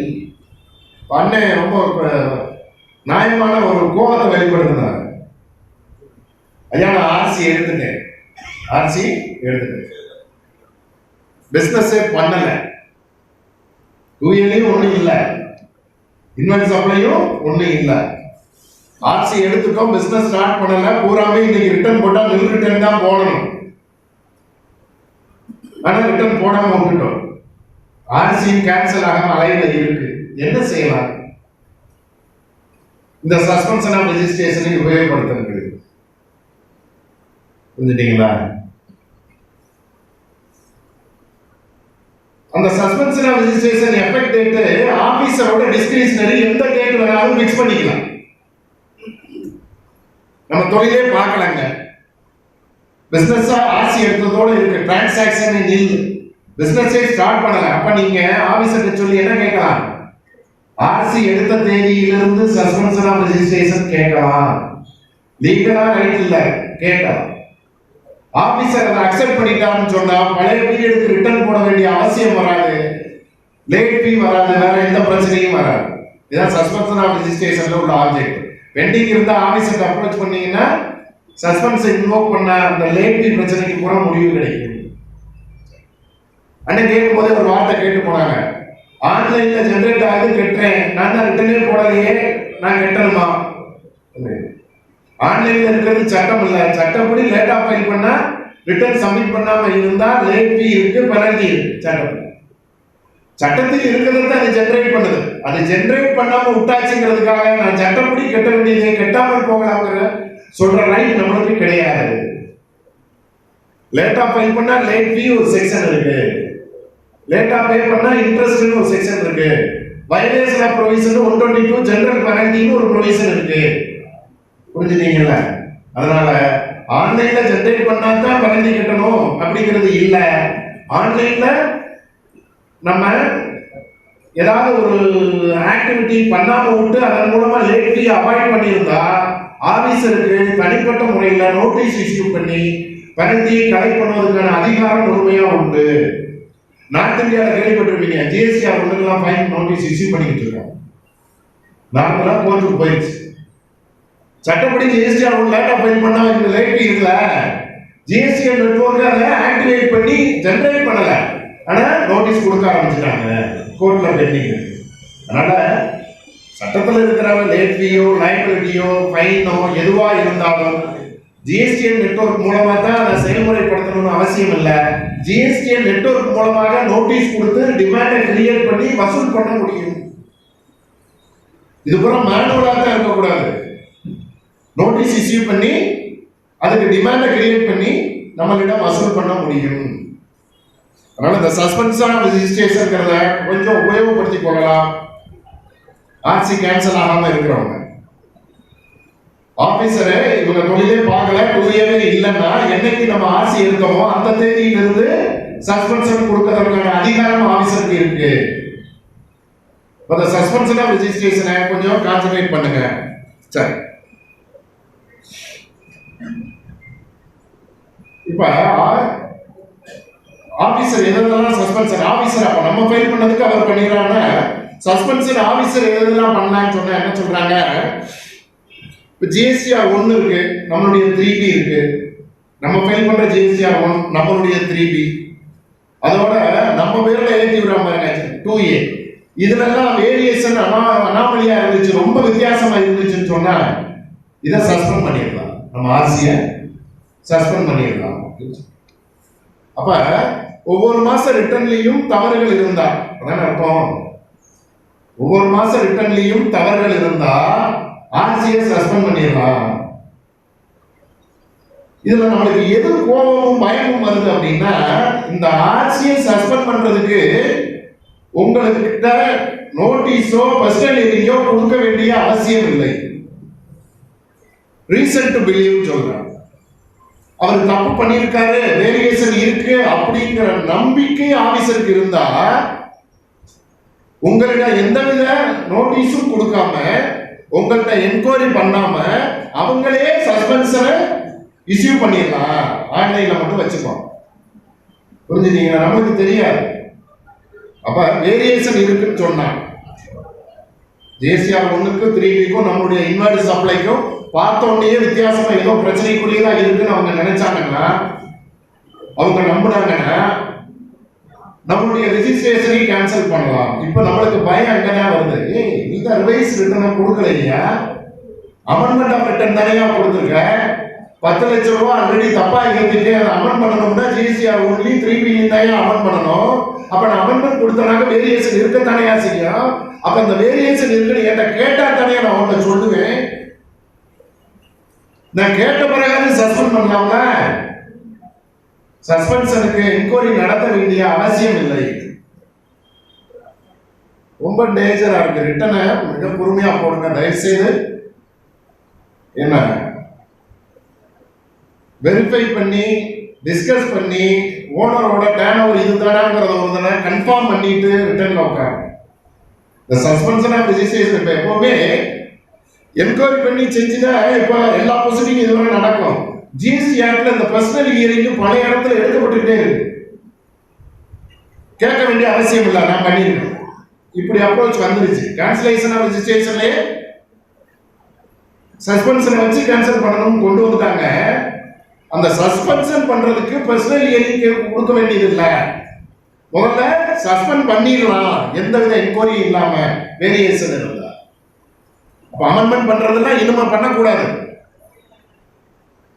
அப்ப தப்பே பண்ணக்கூடாது. தப்பு பண்ணதுனால அமெண்ட்மெண்ட் வருது.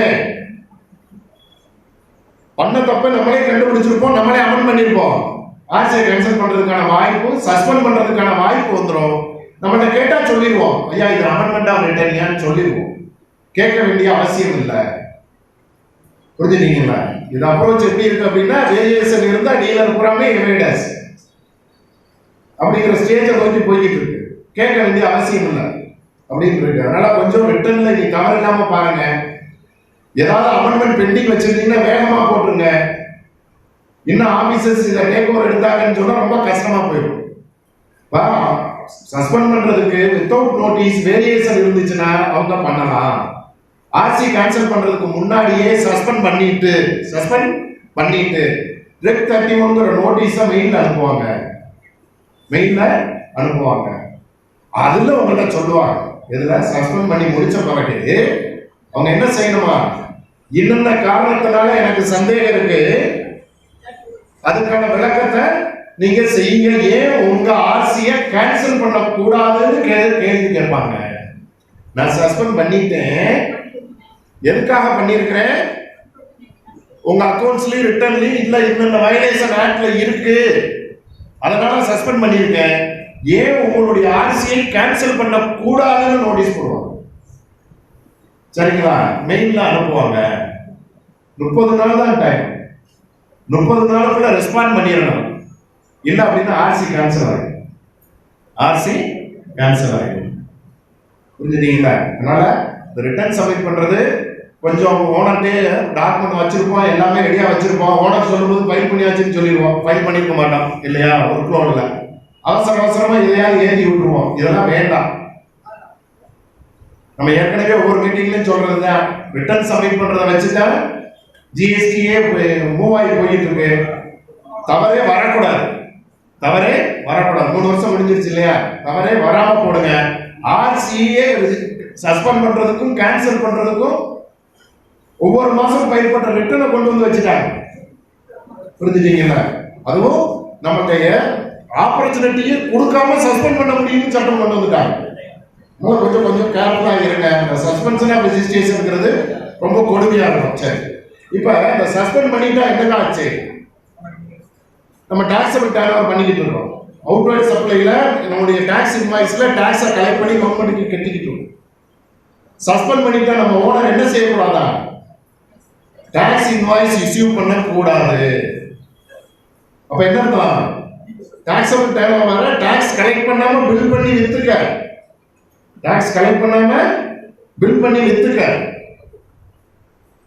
ஆர்சி மறுபடியும் ரிவைகேட் ஆன பிறகு ரிவைஸ்ட் இன்வாய்ஸ் இஷ்யூ பண்ணி அந்த ரிவைஸ்ட் இன்வாய்ஸ்ல டாக்ஸை கலெக்ட் பண்ணி கவர்மெண்ட்டுக்கு கெட்டு. ஏன்னா சஸ்பென்ஷன் பீரியட்ல தான் உங்களுக்கு ரிட்டர்ன் போட வேண்டியது இல்லைல்ல. அப்ப ரிட்டர்ன் போடாத காசை கவர்மெண்ட் காசை நீங்க கலெக்ட் பண்ணி வைக்க கூடாதுல்ல. அப்ப சஸ்பென்ஷன் வந்துருச்சுன்னா முதல்ல செய்ய வேண்டிய வேலை என்ன? ஓனர்களுக்கு இன்டிமேட் பண்ணி இன்வாய்ஸ்ல டாக்ஸை கலெக்ட் பண்ண கூடாது. டாக்ஸபிள் டர்ன் ஓவரை டாக்ஸ் இன்வாய்ஸ்ல இஷ்யூ பண்ண கூடாது. ஆர்சி சஸ்பெண்ட் பண்ணிருக்குங்கிற இன்டிமேஷனோட டாக்ஸை கலெக்ட் பண்ணாம subject to issue of revised இன்வாய்ஸ்னு பில் பண்ணணும். அடுத்து நம்மளுக்கு நோட்டீஸ் வந்தோடனே அவங்களுக்கு ரிப்ளை கொடுத்து மறுபடியும் ரிவைலேஷன் பண்ண உடனே மறுபடியும் ரிவைஸ்ட் இன்வாய்ஸ் இஷ்யூ பண்ணி அந்த இன்வாய்ஸ்ல டாக்ஸை கலெக்ட் பண்ணி அதுக்கப்புறம் ரிட்டர்ன் சப்மிட் பண்ணணும். இருக்கிற வேலையை பார்க்க முடியல. சஸ்பென்ஷன் ஆஃப் ரெஜிஸ்ட்ரேஷன்ங்கிறது அவ்வளவு ஒரு என்ன மிகப்பெரிய ஒரு அழுத்தத்தை கொடுக்கக்கூடிய சூழல் வந்துருச்சு. அப்ப இனி ரிட்டர்ன் போடும்போது ரொம்ப கேர்ஃபுல்லா போடுங்க. இன்வாய்ஸ் வாங்குங்க, கணக்கை எழுதுங்க, பேங்க் அக்கௌண்ட்டை வாங்குங்க, 2PA வெரிஃபை பண்ணுங்க, ஸ்டேட்மெண்ட் ரெடி பண்ணுங்க, ஸ்டேட்மெண்ட்டை கன்ஃபார்ம் பண்ணிட்டு கம்ப்யூட்டர்ல உட்காருங்க. ஆர்சி கேன்சலேஷன் வர போய் நின்றோம். ஒரு மாசத்துல செய்யற தவறு. சரிங்களா? அப்ப இந்த சஸ்பென்ஷன் ஆஃப் ரெஜிஸ்ட்ரேஷன்ல இன்னொரு பிரச்சனை இருக்கு. ஓனருக்கு தெரியாம முடிச்சிடலாம்னு நினைக்க முடியாது. தப்பு நடந்துருச்சுன்னா இ-வேபிள் ஜெனரேட் பண்ண முடியாது. என்ன செய்ய முடியாது? இ-வேபிள் ஜெனரேட் பண்ண முடியாது. நம்மளுக்கு ஏதாவது ரீஃபண்ட் பெண்டிங் இருந்துச்சுன்னு வைங்க, ரீஃபண்ட் கொடுக்க மாட்டாங்க. சரியா? அதனால இந்த சஸ்பென்ஷன் ஆஃப் ரெஜிஸ்ட்ரேஷன்ங்கிறது நம்மளுக்கு தான் நோட்டீஸ் வரல, வந்திருக்கும்ல, செஞ்சிருக்கும்ல நினைக்க முடியாது. நம்மளுக்கு சொல்ல வேண்டிய அவசியம் இல்லை. வேரியேஷன் இருக்குன்னு சொன்னா அவங்களே என்ன பண்ணிடுவாங்க, சஸ்பெண்ட் பண்ணிடுவாங்க. பண்ணிட்டு தான் இன்டிமேட் பண்ணுவாங்க. சஸ்பெண்ட் பண்ணிட்டு 3 மாசமா நோட்டீஸ் கொடுக்காத கேஸ்லாம் இருக்கு. சரிங்களா? அதனால இந்த சஸ்பென்ஷன் ஆஃப் ரெஜிஸ்ட்ரேஷனை கொஞ்சம் கான்சென்ட்ரேட் பண்ணுங்க. மெயில் பாருங்க. சஸ்பெண்ட் பண்ணியாச்சுன்னு சொன்னா டாக்ஸ் இன்வாய்ஸ் இஷ்யூ பண்ண சொல்லாதீங்க. வேகமா ரிப்ளை கொடுங்க. 30 நாள் டைம் இருக்குன்னு இன்னைக்கு வேலைக்கு போகாதீங்க. என்னைக்கு வந்துச்சோ அன்னைக்கே ரிப்ளை கொடுங்க. இதுல ஒரே ஒரு இஷ்யூ கொடுத்துருக்காங்க. சஸ்பென்ஷன் இன்வால்வ் பண்ணிட்டு நோட்டீஸ் கொடுத்துட்டு ஆபீசர் நினைச்சா எப்ப வேணாலும் விட்டுறாங்க. ஆபீசருக்கு அதிகாரம் கொடுத்துறான். சஸ்பெண்ட் பண்ணியாச்சுன்னா அவர் என்ன ஆர்டர் வேணாலும் போடலாம். சஸ்பென்ஷன் வித் எஃபெக்ட் ஃப்ரம் அவர் எந்த தேதி வேணாலும் கொடுக்கலாம். லேட் ஃபீக்ல அழகா உபயோகப்படுத்திக்க. சரிங்களா? இது சஸ்பென்ஷன் ஆஃப் ரெஜிஸ்ட்ரேஷன். ரெஜிஸ்ட்ரேஷன்ல ஒரு அமெண்ட்மென்ட் கொடுத்துருக்காங்க. இதையும் கொஞ்சம் பாருங்க. அதாவது இப்ப பயமுறுத்தி ஒரு செப்பரேட் பண்ணி ஸ்ட்ரீம்லைன் பண்ணணும்னு முடிவு எடுத்திருக்காங்க. அப்ப என்ன ஆகுது, ஆர்சி தான் கை வைக்கிறாங்க. எதை அடிச்சாலும் பயப்பட மாட்டேங்கிறாங்க. ரிஜிஸ்ட்ரேஷன் அடிச்சாக்க ஓரளவு செப்பரேட் ஆகுங்கிறது கேன்சலேஷன் ஆஃப் சஸ்பென்ஷன் ஆஃப் ரெஜிஸ்ட்ரேஷன்ல ஒரு சேஞ்ச், கேன்சலேஷன் ஆஃப் ரெஜிஸ்ட்ரேஷன்ல ஒரு சேஞ்ச் கொடுக்குறாங்க. இப்ப கேன்சலேஷன் ஆஃப் ரெஜிஸ்ட்ரேஷன்ல ஜெனரலா ஏற்கனவே என்ன இருக்கும், கீழ வாசல்ல தொழில் பார்க்கறேன்னு சொல்லிட்டு தெற்கு வாசல்ல தொழில் பார்த்துக்கிட்டு இருக்கோம் இல்லையா? இதுக்கு கேன்சல் பண்ணலாம்னு சொல்றேன். பொருளை விற்காம பில்ல மட்டும் விற்பான். பில்லு முடிச்சுட்டல்ல,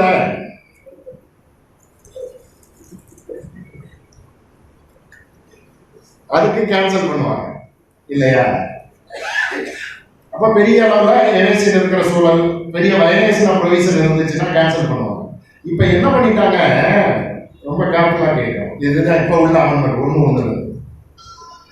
செக்ஷன் 16 படி, 16 என்னது, ஐடிசி கிளைம் பண்றதுக்குள்ள கண்டிஷன்ஸ் இருக்கு இல்லையா?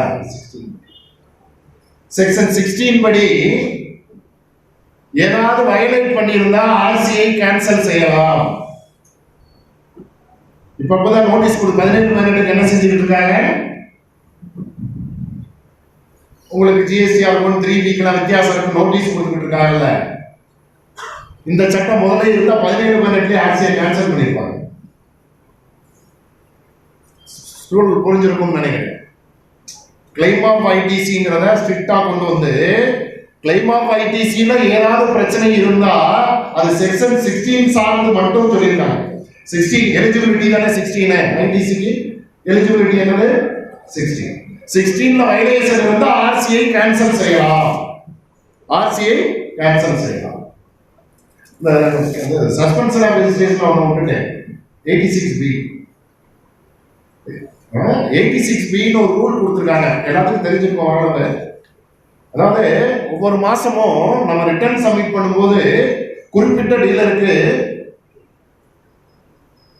குறிப்பிட்ட கிளாஸ் ஆஃப் டீலருக்கு என்ன செய்வாங்க, 100% ஐடிசில கழிக்க கூடாதுன்னு சொல்றாங்க. ஒரு ரூல் அதை நீங்க நடக்கும் போது சொல்லிடுவோம். அதுல வயலேஷன் சஸ்பெண்ட் பண்ணலாம் ஆர்சி. இங்க கேன்சலேஷனுக்கு என்ன சொல்றாங்க, செக்ஷன் 16ல வயலேஷன் இருந்துச்சுன்னா ஆர்சியை கேன்சல் பண்ணிக்கலாம் சொல்றோம். புரிஞ்சுட்டீங்கல்ல?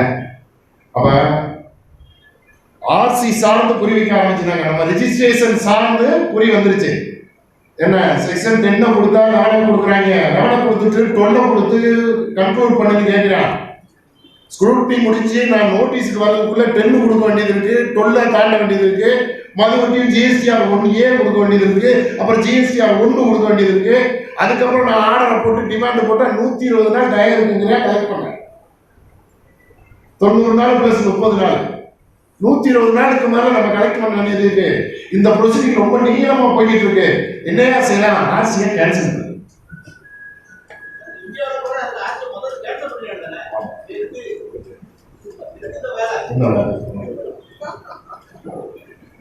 அப்ப நம்மளுடைய ரெஜிஸ்ட்ரேஷன் கேன்சல் ஆயிடுச்சுன்னு சொன்னா அது நம்மளை மட்டுமல்ல நம்மளோட மாணவர்களையும் பாதிக்கும் இல்லையா?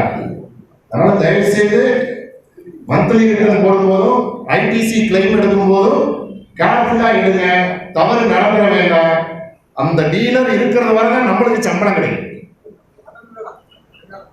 ஏன்னா அதனால கொஞ்சம் கேர்ஃபுல்லா டீல் பண்ணணும். இப்போ இந்த 2Bன்னு ஒன்று வந்திருக்கு. சிவாசி என்ன எல்லாரும் கேட்டுருப்பாங்க, நம்ம மக்களுக்கு ஆக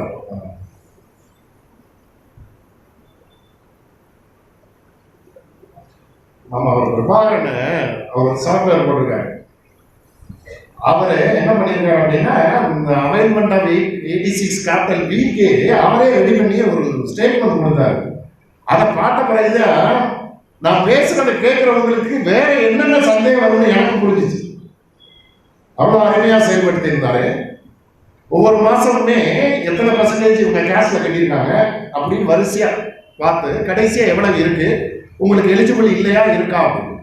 இப்போ அவங்க அந்த ஸ்டேட்மெண்ட்டை பார்த்த பிறகுதான் இந்த 86 கேபிட்டல் பியை டீல் பண்ணும்போது என்னென்ன சந்தேகம் கணக்காளருக்கு வருங்கிறது தெரிஞ்சது. டேலி என்ன கொடுக்கணும்னு நினைக்கிறேன் இல்லையா, அண்ணன் அழகா கொடுத்துருந்தாங்க, உபயோகமா இருந்துச்சு. அதை பார்த்தது அது வாய்ப்பு இருந்தால் எங்கள் வாட்ஸ்அப்பில் போட்டு விடுங்க அந்த ஸ்டேட்மெண்ட். என்னடா என் உழைப்பை ஈஸியா கேட்கிறேன் நினைக்கிறீங்களா? ஈஸி இல்லைன்னு சொல்லிட்டோம். அதை அப்படியே ஐடிசியா எடுத்துக்கிறாங்க, வெட்டி பஞ்சாயத்து வந்துடும் சொல்லிட்டோம் இல்லையா? அப்ப நாங்க எதைத்தாங்க எடுக்கிறது? எதையாவது சொல்லிட்டு போயிருங்க, அதெல்லாம் வேண்டாம். நீங்க வாட்டு 1 மணி நேரம் பேசிட்டு போறீங்க, 1 நிமிஷத்துல சொல்லிருங்க எதை எடுக்கிறது முடிஞ்சு வச்சு. எதை எடுக்கணும்? 2Bங்கிறது சார்ஜிங் செக்ஷன் இல்ல, அது ஒரு ஸ்டேட்மெண்ட் கொடுக்குது. அதுல அவைலபிள் நாட் அவைலபிள்னு 2 ப்ரொவிஷன் கொடுத்துருக்கா. அது எலிஜிபிள் ஐடிசி கிடையாது. அப்படின்னா எதைத்தான் எடுக்கிறது? ஆர்சி கேன்சலேஷன்ல இருந்து சஸ்பென்ஷன்ல இருந்து உள்ள வச்சிருக்கேன். அப்ப நாங்க என்ன செய்யறது? 2A பாருங்க, சரிங்களா? முதல்ல புக்ஸ் எழுதுங்க, புக்ஸ எழுதுங்க. புக்ஸ் படி எவ்வளவு ஐடிசி இருக்கு அப்படின்னு பாருங்க. புக்ஸ் படி எவ்வளவு ஐடிசி இருக்கு இன்வெர்ட் சப்ளைலன்னு பாருங்க. அந்த புக்ல இருக்கிற இன்வெர்ட் சப்ளைல செக்ஷன் 16 படி எலிஜிபிள் ஐடிசி எவ்வளவு, இன்எலிஜிபிள் ஐடிசி எவ்வளவுன்னு பாருங்க. கம்ப்யூட்டர் கிட்ட உட்காராதீங்க, முதல்ல சாரி ஜிஎஸ்டி நெட்வொர்க்ல உட்காராதீங்க. அக்கௌண்ட்ஸ் எழுதுங்க. அக்கௌண்ட்ஸ்ல இன்வெர்ட் சப்ளைல என்ன ஐடிசி இருக்கு, உங்க புக்கு படி என்ன இன்வெர்ட் சப்ளைல ஐடிசி இருக்குங்கிறத டிஃபைன் பண்ணுங்க. அந்த புக்ஸ்ல இருக்கிற ஐடிசில செக்ஷன் 16 படி மட்டும் நான் சொல்றது. இப்ப செக்ஷன் 16 தவிர நீ என்ன மறந்து எதுக்கு? எலிஜிபிள் ஐடிசி ஸ்டேட்மெண்ட் போடுறதுக்கு. கணக்கு எழுதும்போது மறந்துடாதீங்க. செக்ஷன் 16 படி புக்ல இருக்கிற ஐடிசில எலிஜிபிள் ஐடிசி என்னன்னு பாருங்க. அந்த எலிஜிபிள் ஐடிசியை எடுத்துட்டு அதுக்கப்புறம் எலிஜிபிள் ஐடிசில 2Aல என்னென்னலாம் இருக்கு, இன்வெர்ட் சப்ளைல 2Aல ஜிஎஸ்டிஆர் 2Aல எது எது இருக்கோ அந்த புக்ல இருக்கிற எலிஜிபிள் ஐடிசில 2Aல இருக்கிற ஐடிசியை எடுங்க. புரியுதுங்களா? புக்ல எவ்வளவு ஐடிசி பாருங்க. புக்ல இருக்கிற ஐடியில செக்ஷன் 16 படி எலிஜிபிள் ஐடிசி என்னன்னு பாருங்க. அந்த புக்ல இருக்கிற எலிஜிபிள் ஐடிசில 2Aல என்னென்ன இருக்கு என்னென்ன இல்லைன்னு டிஃபைன் பண்ணுங்க. எலிஜிபிள் புக்ல இருக்கிற எலிஜிபிள் ஐடிசில 2Aல என்ன இருக்கு, எலிஜிபிள் ஐடிசில 2Aல இல்லாதது என்ன இருக்குங்கிறத டிஃபைன் பண்ணிட்டு 2Aல இருக்கிறத எடுங்க. என்ன செய்யுங்க? 2Aல இருக்கிறத எடுங்க. ஐடிசி கிளைம் எடுக்கிறதுக்கு செக்ஷன் 16 வச்சு 2Aவை ரிலை பண்ணுங்க. 2Aவை ரிலை பண்ணுங்க. அதுல 36/4 ஒரு ப்ரொவிஷன் வச்சிருக்காங்க இல்லையா? அதுல என்ன சொல்றாங்க? அதுலயும் அமெண்ட்மென்ட் வந்துருச்சு. என்ன பண்ணுவோம்? 2Aல இருக்கிறத விட 10% கூட எடுத்துக்கலாம் சொல்லுவோம். முதல்ல 20% இருந்தது, அதுக்கப்புறம் என்னாச்சு 10ன்னு வந்துருச்சு. ஆமா, 1/1/2021 இருந்து அது 5ன்னு வந்துருச்சு. புரியுதுங்களா? முன்னாடி என்ன பண்ணோம்? 2Aல இருக்கிறத விட 20% எடுத்துக்குவோம் இல்லையா? 31/12/2019 வர எவ்வளவு எடுத்துக்கிட்டு இருந்தோம்? 2Aல 100 ரூபாய் இருந்துச்சுன்னு சொன்னா 120 ரூபாய் எடுத்துக்கலாம். 120 ரூபாய் எடுத்துக்கலாம். அது இன்னைக்கு வர 31/12/2019 வர. அப்ப 1/1/2020 என்ன ஆயிடுச்சு? 10% தான் எடுக்கணும்னு கொண்டு வந்துட்டாங்க. அப்ப 2Aல இருக்கிறத விட 10% கூட எடுத்துக்கலாம். இப்ப 36/4 என்ன கொண்டு வந்துட்டாங்க? 1/1/2021 இருந்து 2Aல இருக்கிறது வரை 5% எடுக்கணும். இப்போ 2Aல 100 ரூபா இருந்தா எவ்வளவு எடுக்கணும்? 105 ரூபா தான் எடுக்கணும். இது ஆப்ஜெக்ட். அப்ப ஜிஎஸ்டிஆர் பொறுத்தவரை ஐடிசி கிளைம் எடுக்கிறதுக்கு செக்ஷன் 16 படி என்ன செய்யணும்? 2Aல ரிலை பண்ணுங்க. 2Aவை ரிலை பண்ணுங்க. உங்களால கணக்கு வழக்கு கரெக்டா மெயின்டைன் பண்ண முடியும். அதுக்காக 5% கூட எடுத்து அடுத்த மாசத்துல டேலி பண்ணக்கூடிய தகுதி இருக்கு, நான் பண்ணிடுவேன்னு நினைச்சீங்கன்னா ஓனர்கிட்ட ரொம்ப என்ன பேமெண்ட்ல பிரச்சனை இருந்துச்சுன்னு சொன்னா 5% கூட எடுத்துக்கலாம். 5% கூட எடுத்துக்கலாம். அதுக்கு மேல எடுக்கவும் கூடாது. புக்கில் 5 லட்சம் இருந்தாலும் எங்களுக்கு கவலை இல்லை. 2Aல 100 ரூபாய் இருந்தா 105 ரூபாய் எடுத்துக்க. 5 லட்சத்தை எடுத்துறாதீங்க. தயவு செய்து 1/1 இருந்து புக்கில் இருக்கிற ஐடிசிய தயவு செய்து மாதாந்திர கிளைம் எடுத்துறாதீங்க. 2Aல இருந்தா மட்டும் எடுங்க. நாட் அவைலபிள் ஐடிசின்னு ஒன்று இருக்கும். அது என்ன நாட் அவைலபிள் ஐடிசி?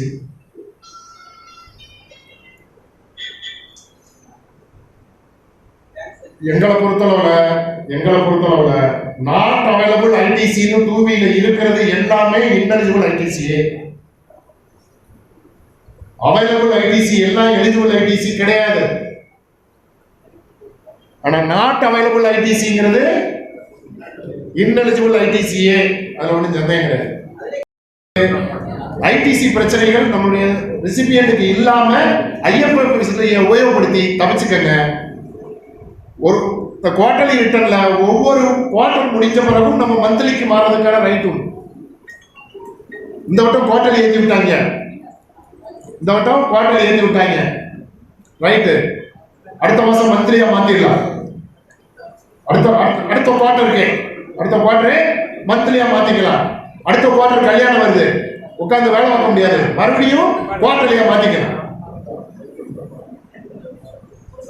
புரிஞ்சுட்டீங்களா? நம்ம குவார்டர்லியா இருக்கிறோமோ மந்த்லியா இருக்கிறோமோ மறக்கிற மாதிரி எத்தனை வட்டம் வேணாலும் மாத்திக்கலாம். ஆமா, என்ன சொல்றேன்? உங்களுக்கு ஆப்ஷன் எடுக்காம விட்டுட்டோம். ஜனவரி, பிப்ரவரி, மார்ச் குவார்டர்லியா மாறிடுச்சு. இதை நீ அடுத்த வட்டம் மந்த்லியா மாறணும்னா என்ன செய்யணுமா? இதையாவது கேட்கணும். கரெக்டா ஏற்கனவே 31க்குள்ள வித்ரா பண்ணலாம்னு சொன்னோம், கேட்காம விட்டதோட விளைவு குவார்டர்லியா மாறிடுச்சு. இப்ப என்ன செய்யலாம்? இந்த குவார்டர்ல 2வது மாசத்துல இருந்து இப்ப என்ன ஜனவரி, பிப்ரவரி, மார்ச் ஓடிக்கிட்டு இருக்கு. இந்த குவார்டர்ல மார்ச் ஓடப்போ இந்த குவார்டர், இந்த பிப்ரவரிங்கிறது 2வது மாசம், குவார்டர்ல 2வது மாசம் அப்படித்தானே? இப்ப பிப்ரவரி தானே நடக்குது. இந்த பிப்ரவரியில இருந்து பிப்ரவரி, மார்ச் முடிஞ்ச பிறகு அடுத்த குவார்டரோட முதல் மாசம் என்ன? ஏப்ரல் வரை வித்ரா பண்ணிக்கலாம். இந்த குவார்டர்ல இருக்கிறத குவார்டர்லி ரிட்டர்ன் ஃபைல் பண்றத நான் மந்த்லி ரிட்டர்னா மாத்துறதுக்கான ஆப்ஷனை எப்பெல்லாம் பண்ண முடியும்? அதுக்கான டைம் லிமிட் இந்த பிப்ரவரியில இருந்து சம்பந்தப்பட்ட குவார்டரின் முதல் மாசத்து வரை வித்ரா பண்ணிக்கலாம். மறுபடியும் மந்த்லியா மாத்திக்கலாம். புரியுதா? இல்ல, அதாவது அப்படி சொல்றேன். இந்த இன்னைக்கு தேதி அடுத்த மாசம் குழம்பு வந்துடும் இல்லையா? 3 மாசம் சேர்ந்தது ஒரு குவார்டர், சரிதானே? நம்ம இதெல்லாம் குவார்டர்லி ரிட்டர்ன் ஃபைல் பண்ணிக்கிட்டு இருக்கோம். இந்த குவார்டர் முடிந்த பிறகு மந்த்லி ரிட்டர்னுக்கு மாறணும்னு முடிவெடுத்துருக்கோம். வருஷம்லாம் தேவையில்லை, வருஷத்துக்கு நடுவில், இடையில, கடைசியில். அதனால இப்ப நடப்புல நான் குவார்டர்லி ரிட்டர்ன்ல இருக்கேன். இதுல இருந்து அடுத்த குவார்டருக்கு நான் மந்த்லிக்கு மாறணும். குவார்டர் வேண்டாம்னு முடிவெடுத்துட்டேன். இந்த குவார்டர்லி ரிட்டர்ன் பீரியட் முடிந்த உடனே மந்த்லிக்கு மாறணும்னு முடிவெடுத்துட்டேன். அப்ப அதை மாத்துறதுக்கு டைமிங் எப்ப கொடுக்குறேன்? அந்த குவார்டர் முடிகிறதுக்கு முன்னாடியே, அந்த குவார்டருடைய 2வது மாதத்தில் இருந்து அந்த குவார்டர் முடிஞ்சு அடுத்து வர முதல் மாத கடைசி வரை வித்ரா பண்ணிக்கலாம், மாற்றிக்கொள்ளலாம். அப்ப நடப்பை வச்சு பேசணும்னா ஜனவரி, பிப்ரவரி, மார்ச்ங்கிற குவார்டர்ல இருக்கிறவங்க மந்த்லிக்கு மாறுறதுக்கு பிப்ரவரி மாசத்துல இருந்து ஜனவரி, பிப்ரவரி, மார்ச் முடிஞ்ச பிறகு ஏப்ரல் மாச கடைசிக்குள்ள மாத்திக்கணும். இப்பவே வந்துருச்சு. ஏற்கனவே ஒரு தடவை ஏமாந்தாச்சு. குவார்டர்லியில வச்சுட்டாங்க. ஐஎஃப்எம் ஃபெசிலிட்டி போட்டுக்கிட்டு இருக்க முடியாது. எல்லா மாசமும் கரெக்டா அப்படி உட்காந்து போட்டுக்கிட்டு இருக்க முடியாது.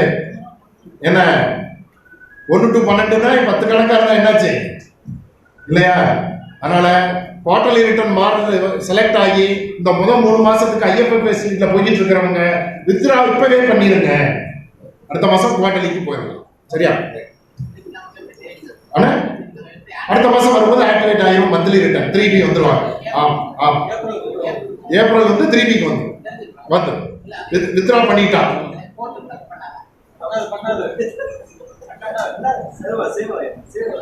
அண்ணன் நல்ல சந்தேகம் கேட்கிறாங்க. அண்ணா நான் வித்ரா பண்ணிட்டேன், எனக்கு எல்லா அக்னாலஜ்மெண்ட் வந்துருச்சு, போர்ட்டல்ல ஏதோ குழப்பம் வந்து மறுபடியும் போர்ட்டலே இருந்தா நான் என்னென்ன செய்யறது?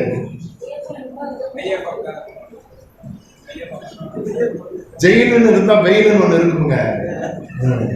மறுபடியும் ஐஎஃப்எம் கொடுக்க போறான்.